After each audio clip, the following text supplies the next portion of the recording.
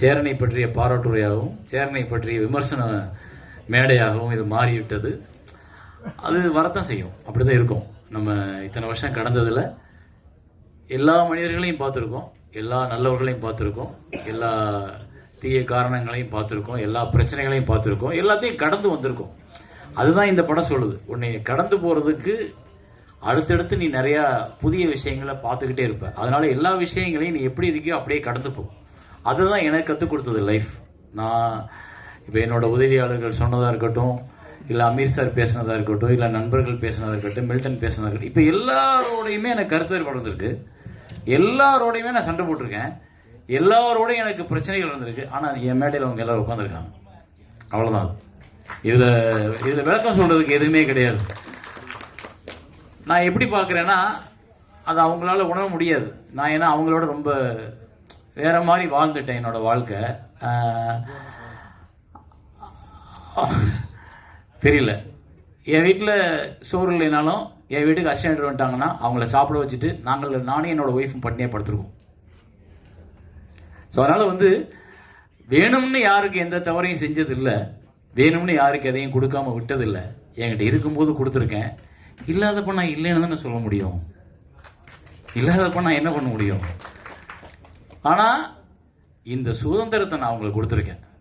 இத்தனை வருஷம் பத்திரிகை நண்பர்கள்லேருந்து, ஊடக நண்பர்கள்லேருந்து, இயக்குநர்கள்லேருந்து, நடிகர்கள்லேருந்து எவ்வளவோ மேடைகள் பார்த்துருப்பீங்க.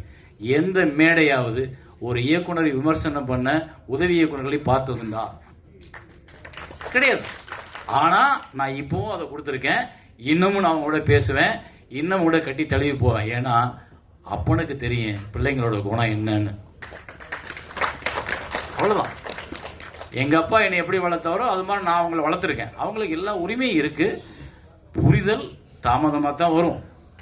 இயக்குனர் ஆகும் போதும், இயக்குனர் ஆனதுக்கு அப்புறமும், பிள்ளை குட்டிகள் பெற்று போட்டதுக்கு அப்புறமும். இப்போ பாண்டியன் சொன்னார்ல, என் அசிஸ்டண்ட்டு நான் டைரக்டர் ஆகும்போது அது புரிஞ்சிச்சுன்னு. அதனால் உமாபதிக்கோ ராமகிருஷ்ணனுக்கும் இன்னும் கொஞ்சம் லேட்டாக கூட புரியலாம். அவ்வளோதான். ஸோ வந்து இருந்த உங்களோட அன்பு எனக்கு மகத்தானது. ஏன்னா அன்னையிலேருந்து இப்போ வரைக்கும் என்னுடைய படங்களாக பார்த்துக்கிட்டு இருக்கீங்க. என்னை மனுஷனாக பார்க்குறது இல்லை. இங்கே யாரும் அது பார்க்க வேண்டிய அவசியமும் கிடையாது. அவங்கள பாதுகாத்துக்கிறதுக்கு அவங்களுக்கு தெரியணும். அவங்களுக்கு இன்னொருத்த பாதுகாக்கின்ற கட்டாயம் கிடையாது. நான் இங்கே இருக்க யாரையுமே பாதுகாத்துட முடியாது. நான் என்னை தான் பாதுகாத்துக்க முடியும். ஸோ நீங்கள் இந்த திரைப்படம் 21 வருஷங்களுக்கு அப்புறம் இந்த ஜென்ரேஷனுக்கு போய் சேர்றதுக்காக என்ன பண்ணியிருக்கோம், இந்த படத்தில் என்ன இருக்குது, இந்த படம் அவங்களுக்கு என்ன சொல்லும். நான் அப்படி தான் படம் எடுப்பேன். படம் எடுக்கும் பொழுது வியாபார நோக்கம் மட்டும் எடுத்திருந்தா நான் என்றைக்கோ காணாமல் போயிருந்திருப்பேன். பெரிய வெற்றியை கொடுத்துருப்பேன். 5 படம் பெரிய ஹீரோவோட ஒர்க் பண்ணியிருப்பேன். அப்புறம் காணாமல் போயிருப்பேன். ஆனால் இன்னமும் என்னுடைய படம் எங்கேயோ ஒரு இடத்துல, என்னோட சமூகத்தில், என்னோட பக்கத்தில் யாரையோ ஒருத்தர் இந்த படம் கையை பிடிச்சி கூட்டி போய் ஒரு கரையை சேர்த்து விட்டுருச்சுன்னா அது என்னோட வெற்றி. அப்படி தான் நான் ஒவ்வொரு படத்தையும் உருவாக்கியிருக்கேன். இந்த படம் கூட அதுதான். நீ எந்த தோல்வியாக இருந்தாலும் கடக்கலாம். காதல்ன்றது நான் எடுத்துக்கிட்ட ஒரு ஆயுதம். இந்த படம் எந்த தோல்வியாக இருந்தாலும் கடக்கும் மனநிலை ஒவ்வொரு மனிதனுக்கும் இருக்கு. நீ எங்கேயுமே சோர்ந்து போயிடாத அப்படின்னு சொல்றது தான். அதுதான் எனக்கே படம் போச்சு. ஒவ்வொரு பூக்களுமே பாட்டால் நான் நிறைய வாட்டி பாடியிருக்கேன். ஸ்னேகன் நிறைய வாட்டி பாடியிருக்கோம். அமீர் நிறைய வாட்டி பாடிப்பார். ஸ்னேகன் நிறைய வாட்டி பாடிப்பார். அவங்களுக்கு அது போகும். தோல்வி எல்லா மனிதனுக்கும் இருக்கும். அதை தாண்டி ஜெயிக்கும் போதில்ல நமக்கு ஒரு சந்தோஷம், நமக்கு ஒரு அகம்பாவம், நமக்கு ஒரு திமிரும், நமக்கு ஒரு அப்படி எல்லாரையும் இப்படி பார்க்குற தன்மை இருக்குல்ல, அதுதான் நம்மளோட உழைப்புக்கு நம்ம கிடைக்கிற அங்கீகாரம்.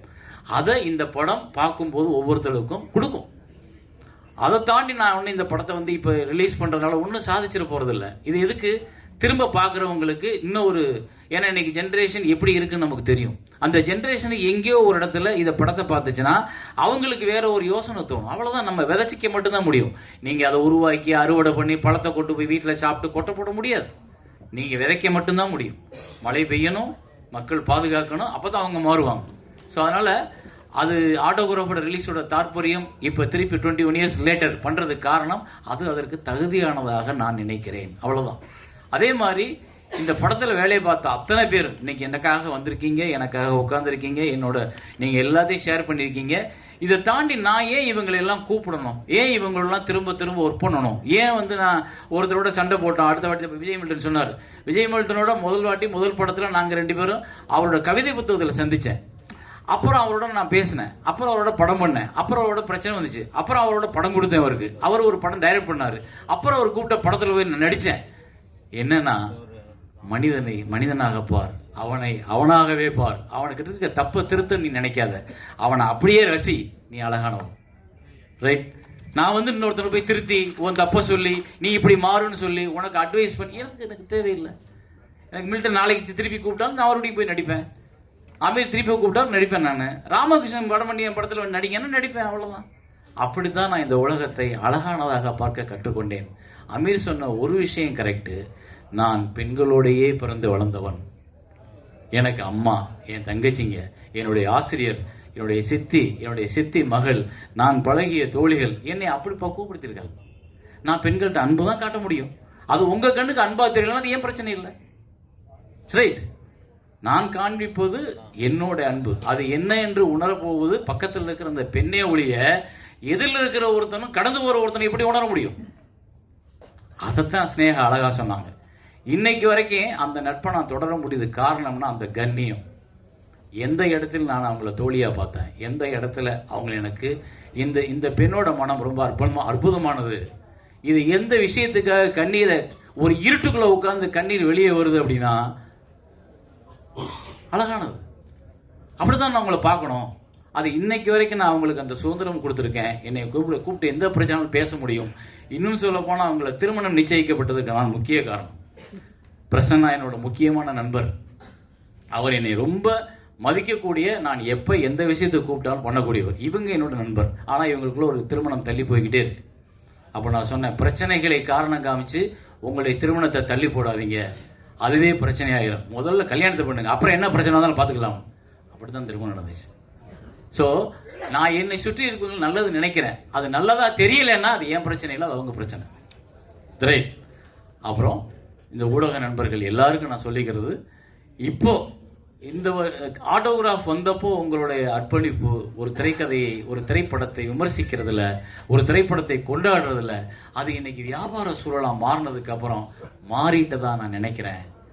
அதுக்குள்ள ஒரு உண்மைத்தன்மையை, ஒரு ஒரு ஒரு ஒரு நல்ல திரைப்படத்தை கொண்டு போய் மக்களை எப்படியா, நீங்க நம்ப மாட்டீங்க, 2 நாள் கூட்டம் இல்லை, 3வது நாள் திரைப்படத்தை பற்றின விமர்சனங்கள் எல்லா பத்திரிகையிலும் வரும்பொழுது கூட்டம் முடிச்சு அந்த திரைப்படத்தை கொண்டாடினாங்க. தவமாய் தவம் இருந்த 57 மார்க்கு ஆனந்த விடல போட்டதுக்கு அப்புறமும் ராம்ஜி சார் 4 பக்கம் விமர்சனம் அப்படி பெருசா போடுறாரு. அதாவது அந்த சினிமாவை கொண்டாடின காலம் ஒவ்வொரு இயக்குனரையும் நல்ல படத்தை உருவாக்குறதுக்கு. ஏன் அமீருக்கு அவருக்கு தெரியாது, ஆனா அவருக்கு என் மேல் கோபம் வந்திருக்கும், ஒரு பொறாமை வந்திருக்கும். இவரை மாதிரி நம்ம ஒரு டைரக்டர் ஆகணும், அவதான் பார்த்து பருத்தி வந்ததுக்கான காரணமா வந்திருக்கும். ஏன்னா உங்களை எங்கேயோ ஒரு சாதிச்ச இயக்குனர் உங்களை தூண்டுறான்ல, அந்த சாதிச்ச இயக்குனரை அடையாளம் காமிச்சது முதல்ல பத்திரிகைகளும் நண்பர்களும். அன்னைக்கெல்லாம் 15 நாள் ஆகும் ஒரு விமர்சனம் வர்றதுக்கு. அந்த 15 நாள்ல மவுத் டாக்ல போகும். ஆனா அந்த விமர்சனம் வந்ததுக்கு அப்புறம் அப்படி பத்திக்கிறோம். முதல் மரியாதையில ஒரு வாரத்துல ஒண்ணுமில்லை என்ன படம் 170 days அடிச்சு கொண்டாடப்பட்டது காரணம் பத்திரிகைகள் முதல்ல நடுநிலையான, நல்ல தர்மமான, நேர்மையான சிந்தனைகளோட முதல்ல விமர்சனங்களும் எல்லா இதுக்கு இருந்தது. இன்னைக்கு அது எங்கேயோ எப்படியாவது அப்படின்னு ஒரு இன்னைக்கு ஆன்லைன் எடுத்துக்கிட்டு அவ்வளவு மார்க்கெட்டிங், எல்லாமே மார்க்கெட்டிங்கா போனோன்னு மனிதத்தை நம்ம இழந்து விட்டோமோன்னு தோணுது. அந்த மனிதத்தை திருப்பி மீட் எடுக்கிறதுக்கு நீங்க எல்லாருமே சப்போர்ட் பண்ணணும். மற்றபடி இந்த படத்துல என்ன சொல்றது, எல்லாருக்கும் என்னோட நன்றி. இது 21 வருஷத்துக்கு அப்புறம் வந்ததுன்றது என்னால் நம்ப முடியல. ஏன்னா அவர் சொன்ன மாதிரி தான், நான் திரும்ப உட்காந்து எடிட் பண்ணும்போது இந்த படத்தை நான் ஒரு 15 நிமிஷம் குறைச்சிருக்கேன். அப்புறம் இந்த படத்தை நான் கலர் கரெக்ஷன் ஃபுல்லாக இந்தன்னைக்கு உள்ள சூழலுக்கு மாற்றிருக்கேன். அப்புறம் இதுக்குள்ள முரளி என்ன சொன்னது மாதிரி டால்பி அட்மாஸ் கொண்டு வர்றதுக்கும், அப்புறம் அந்த மியூசிக் பழசாவே இருக்குமே, அது ஒரு கேட்ட ஃபீலை கிரியேட் பண்ணுமே, படத்தை அது கூட பழைய படம் ஆக்கிருமோன்றதுக்காக அதுக்குள்ள கொஞ்சம் புதுசா சில விஷயங்களை ஆட் பண்ணியிருக்கோம். ஸோ நான் பார்வையாளர்களை எங்கேயும் ஏமாத்த நினைக்கல. பார்த்த படம் தானே, போட்டா ஓடிடும், காசு வாங்கிக்கலாம், ஒரு 10 லட்ச ரூபா வந்தா லாபம் அப்படின்னு நினைச்சிடல. நான் ஒரு 50 லட்சத்தை செலவழிச்சு உங்களுக்கு நான் அதை எந்த விதத்திலையும் தொழிலில் ஏமாத்துறவனா இருக்காம உண்மையானவனா கொடுக்கறதுக்கு ஒரு படத்தை ட்ரை பண்ணியிருக்கேன். ஸோ அதை நீங்க பார்க்கணும், மக்கள்கிட்ட கொண்டு போய் சேர்க்கணும். நன்றி எல்லாருக்கும். ரொம்ப காலதாமதம் ஆயிடுச்சு, மன்னிச்சுக்கோங்க எல்லாரும். ஏன்னா அது ஆரம்பிக்கும் போதே காலதாமதமாச்சு. கடைசியாக இவ்வளவு நேரம் ஆனதுக்கு உங்க எல்லாரையும் நான் மன்னிப்பு கேட்டுக்கிறேன். கடைசியாக ஒரே ஒன்று, இந்த நிகில் முருகன் இவர் என்னோட ஒரு 30 வருஷமா என்ன இப்ப எல்லாரும் சொன்னாங்கல்ல, இவர் என்னோட 30 வருஷமா பழக்கம். அதாவது வாழு என்ன போட்டீங்க, உங்களால் நான் உங்களுக்காக நான். இது வந்து ஜெயலலிதா அம்மா சொல்லல, முத இவர் தான் சொன்னார். இவரோட விசிட்டிங் கார்டில் அப்படி இருக்கும். இவர் ஒரு டிவி சீட் எடுத்துக்கிட்டு பாலு ஜுவல்லர்ஸுக்கு வருவார். பாலு ஜுவல்லர்ஸ் வரும்போது பார்த்தேன். அன்னையிலிருந்து இன்னைக்கு வரைக்கும் அவரோட நட்பில் தான் இருக்கேன் நான். அதே உரிமை, அதே அன்பு, அதே இதில் இருக்கேன். அவரை நான் இந்த படத்துக்கு நீங்க பண்ணுங்க. முதல்ல ஜான்சன் சார் பண்ணார் படம் ரிலீஸ் அப்போ. அவர் இன்னைக்கு வர முடியல. இந்த இடத்துல எல்லா ஹீரோவுக்கும் கதை சொல்லும்போது கூட்டி போனது ஒரு தான். அவங்க பண்ண மாட்டேன்னு சொல்றது என்கிட்ட மறைச்சது ஒரு தான்.